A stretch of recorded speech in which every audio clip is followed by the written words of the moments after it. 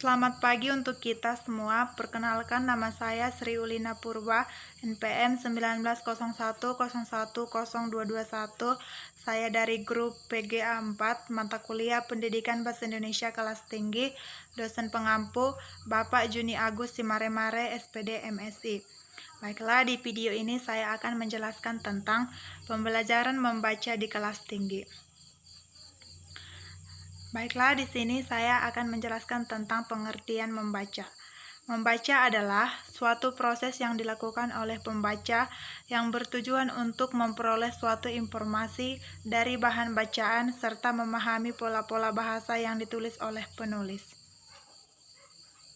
B. Jenis-jenis membaca, yaitu ada A. Membaca nyaring, membaca bersuara, dan membaca lisan. Membaca nyaring adalah kegiatan membaca yang dilakukan oleh seseorang dengan cara bersuara. Hal ini dimaksudkan untuk mengetahui cara membaca yang benar, baik itu dari pengucapan kata, kalimat, dan untuk mengetahui penekanan sesuai dengan ujaran pembicara yang hidup. B. Membaca dalam hati. Pada membaca dalam hati hanya mempergunakan ingatan visual atau visual memory. Dalam hal ini, yang aktif adalah mata pandangan, penglihatan, dan ingatan, dan juga turut aktif auditory memory atau ingatan pendengaran dan ingatan yang bersangkut paut dengan otot kita.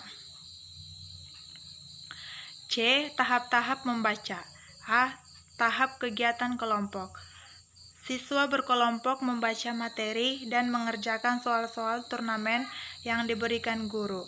Peran guru adalah sebagai fasilitator dan motivator kegiatan setiap kelompok. B. Tahap turnamen akademik. 1. Guru mengelompokkan siswa yang memiliki kemampuan sama dalam meja turnamen. 2. Guru menyampaikan aturan permainannya. 3. Siswa melaksanakan turnamen dipandu oleh guru. C. Tahap perhitungan skor. Guru menghitung skor berdasarkan jawaban benar yang dibuat masing-masing siswa. D. Tahap penghargaan kelompok. Guru memberikan penghargaan kepada kelompok berdasarkan rata-rata skor kelompok. Adapun yang menjadi metode membaca. 1. Metode turnamen membaca. Metode turnamen membaca merupakan metode yang menekankan usaha siswa memahami wacana dengan jalan bekerja sama dalam kelompok dengan menggunakan berbagai keterampilan sosial. 2. Metode jigsaw membaca. Pembelajaran membaca jigsaw membaca adalah salah satu tipe pembelajaran membaca yang mendorong siswa aktif dan saling membantu dalam menguasai materi pelajaran untuk mencapai prestasi yang maksimal. Kegiatan belajar jigsaw membaca menyambungkan kegiatan membaca, menulis, mendengarkan, dan berbicara. 3. Metode Cooperative Integrated Reading and Composition atau CIRC. Pembelajaran membaca dengan metode CIRC terdiri atas tiga unsur penting, yakni kegiatan-kegiatan dasar terkait pengajaran langsung, pelajaran memahami bacaan, dan seni berbahasa menulis terpadu. 4. Metode Scaffold Reading.